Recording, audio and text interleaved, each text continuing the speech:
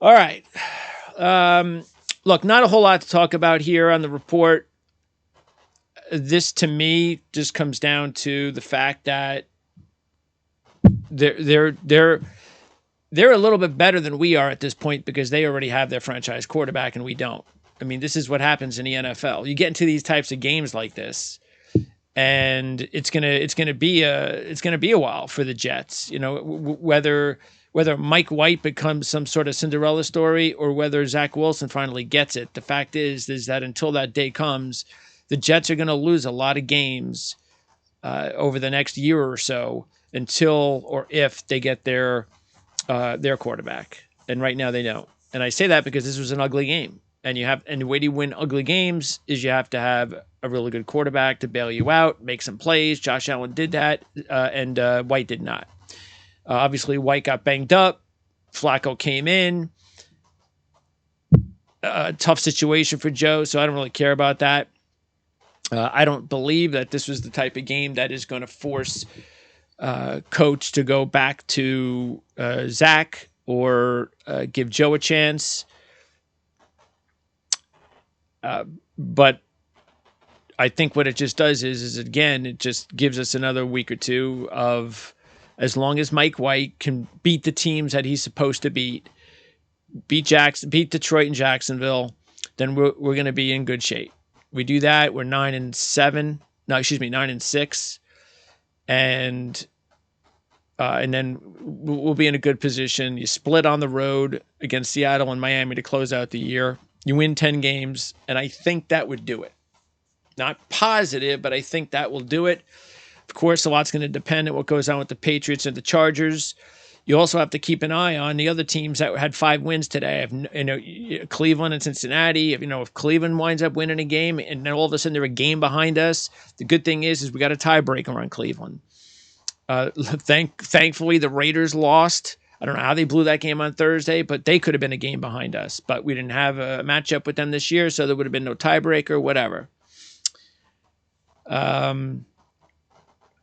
Pittsburgh. If Pittsburgh wins, they're a game back. We have the tiebreaker on the Pittsburgh Steelers. So, look, the Patriots are playing a game on Monday night. I expect them to win, and that means New England Jets would be tied. Patriots have the tiebreaker. We're on the outside looking in. We're 8. New England is 7. But again, Patriots have a lot tougher stretch than we do because at least we have the 2 winnable games. Patriots have some really tough games the rest of the way. But yeah, that's look. It is what it is. Mike will look better today. See, here's the thing. Okay, this is the thing. This is why I say to keep it real. Mike played better today than he did last week, but the numbers won't reflect that. And the reason I say that is because last week, there were, like, as you saw with the incompletion video I posted, there were just countless throws in a dome against a bad pass defense that were just way off. And in this one, there were only a couple of them. There was the questionable forcing the ball into Braxton a few times, which I wasn't really sure. And I know Corey got hurt, but hey, you know what? Nobody felt sorry for Zach Wilson earlier this year when Corey was out. Remember that. So you got to get through it. You still have Elijah Moore and you still have Garrett Wilson. That should be good enough. With Braxton as a number 3, and Denzel, that should be good enough. Okay, but I still like to see this team and Mike get. Now I don't know if this is Elijah. He's having he's doing a bad job of getting off the line of scrimmage or finding his way through zones. I don't know, but I don't understand why Elijah Moore, the weapon he is, why he can't get the ball 10 or 15 yards down the field with the ability to make plays. I don't understand it. No, so I don't know if it's a coordinator game plan thing or if it's a receiver thing or if it's a quarterback thing. I don't know. But that hurts us because Elijah is supposed to be a game changer too. Okay, I think Denzel is showing that he could be a solid player. Okay, so I think he's done a good job. He's not supposed to be Alija. Alija is supposed to be like what we saw last year out of Alija. He's supposed to be a guy that we can hit for 40 or 50 yards, and he can break down defenses, but we're seeing none of that this year. And that hurts the team. It hurts the team when Michael Carter fumbles. I mean, Bam Knight, the rookie, for crying out loud, is having another decent game. They hand the ball off to give Bam Knight a break. Michael Carter fumbles the football. And another game where the Jet defense plays well and doesn't get turnovers. This is a good defense, the Jets. They've done a very good job going from terrible to top 10, but they're nowhere near, at this point, anything more than that on defense because they can't turn the ball over. And I'm not just saying turning the ball over, but also big turnovers that can be turned into touchdowns. Not doing it. And that's also kind of holding them back a little bit at this point. So, look, I said it during the video. Mike White has got to stay healthy. He just does. He got hurt last year when he had the opportunity to play. He's getting hurt again. And what you're going to hear, because, again, the media, they're going to stick up for Mike. This is an easy one. This is a slam dunk. If I know what the headlines are going to be and the questions are going to be, no protection. They're going to say, Mike didn't get any protection. Look, our superstar quarterback, he didn't protect him. That's the reason he didn't play well. Come on. You know how good the Jets defense played on Josh, too? How often was Josh sacked in the game earlier? Now, keep in mind, there were several plays that we were looking at Mike and going, what are you doing? Why are you holding on to the football? I don't understand how a guy that's been in the league several years longer than Zach Wilson, that should understand the game a little bit more, I just don't get this. And he's not a guy that does this normally. You know, he's a guy that likes to get the ball out as fast as possible so he doesn't take sacks. What I don't understand is in this game, he's like holding onto the ball ridiculously long, and then getting sacked. Like he's not holding onto the ball long and you're going, what are you doing? What are you doing? And then he's throwing the ball away and getting hit. He's taking the sack and getting hit. I don't understand it. So there was some really like boneheaded plays by Mike in this game. By no means did Mike White have a good game, and by no means am I excusing the offensive line's pass protection. Last week, the Jets couldn't get the ball in the end zone a couple of times, and the main culprit, I'm sorry, but it happens. You have to live with it. We don't have Breece Hall. These are the things that you miss when you don't have a touchdown machine like Breece Hall. There is no way you're going to convince me that Breece Hall doesn't find the end zone last week at the end of that game with all the opportunities we had.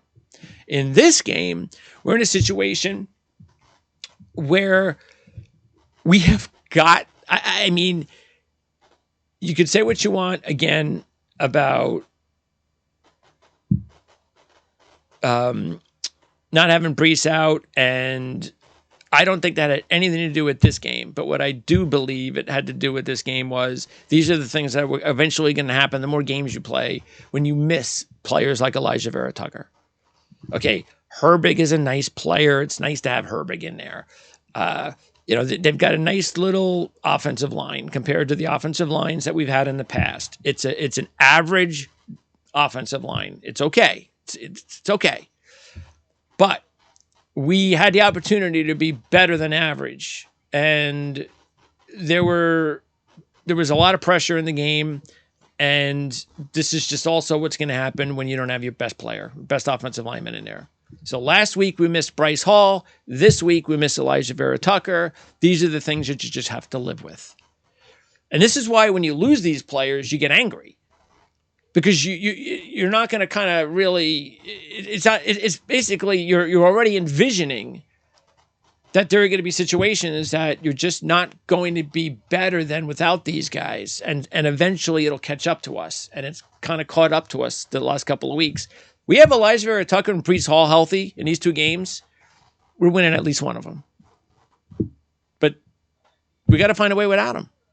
And the thing is that it's tougher for us to do that when we step up in competition. And again, when we're not getting the stellar quarterback play that we need to get. Because even though I just stuck up for Mike White a little bit, he still didn't have a really good game.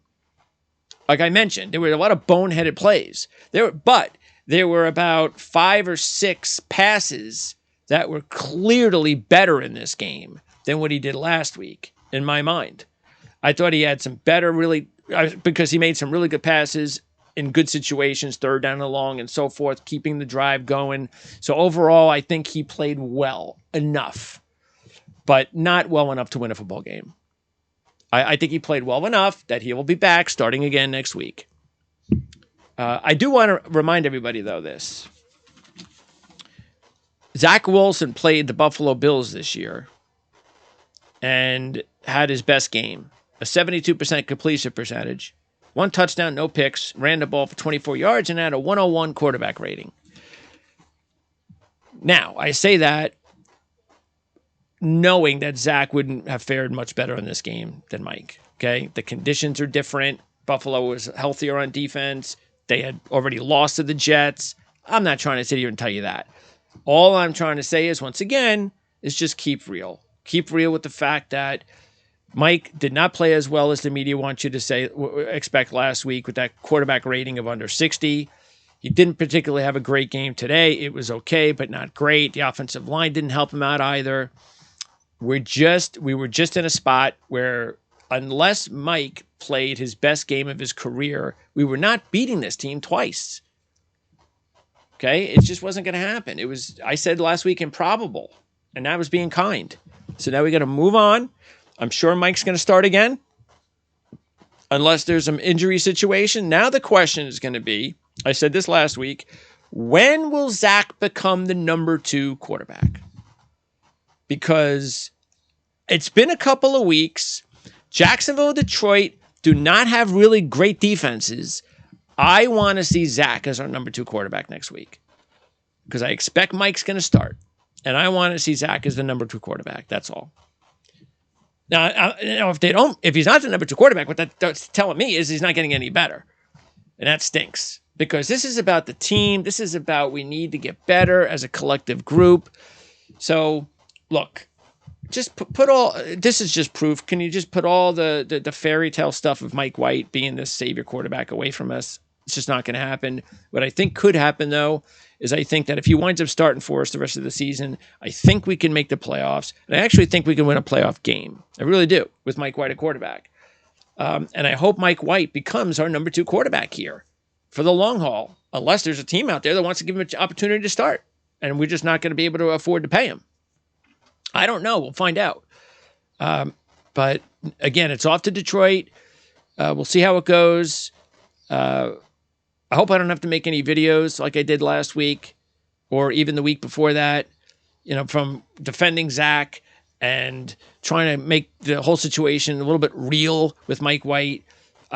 It is what it is, man. Okay. We just weren't better than the Buffalo Bills. We're not better than the Buffalo Bills. And that's just life. Okay, that's why last week's game was so difficult. Now, you know why I felt the way I did last week, and I don't feel like that this week because I got it out of my system last week because I knew we weren't going to probably win this week.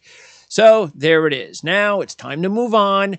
Let's beat Detroit and Jacksonville and put ourselves in a situation where we can actually think of getting ourselves into the postseason, no matter who the quarterback is. So please subscribe to the video if you haven't already done that. Like, share, all that stuff, very important if you want to see us continue all these types of Jet videos and much more. And we fully appreciate everybody's support, comments as well, all that stuff, kind of get the juices going. And we'll talk to you guys again next week when we react from the Detroit game on Sunday. And then it's off to a Thursday night game.